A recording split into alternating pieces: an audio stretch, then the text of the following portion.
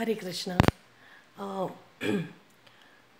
Many of them ask about when they follow a particular path, and especially in our Krishna consciousness, when we follow the path as led, as told by, shown by Srila Prabhupada, then there is a question always on what is tolerance, how to tolerate, and then there are circumstances presented, provided. And then people ask, if this happens in such situation, I faced such situation in the past, and it keeps coming back to me. How can I practice tolerance in such a situation? And one question that was that came up during a discussion and the QA session, one of the devotees asked a question to the Prabhuji was giving lecture, and it was about how is it our duty to display intolerance for the other processes of religion?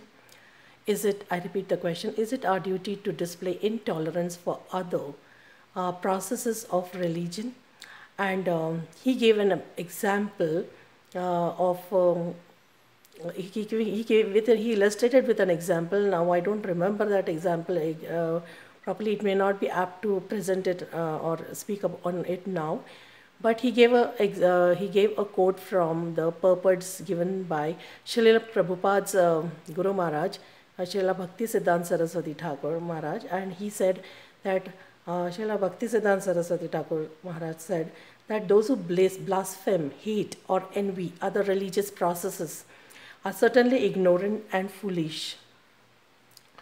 They are not as concerned about the goal of their own life as they are in indulging in useless argumentation.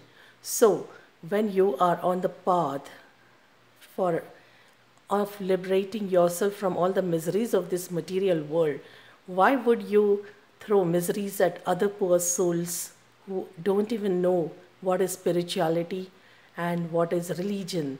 So this is not proper for one who is marching on the path of spirituality for eternal freedom. Hare Krishna.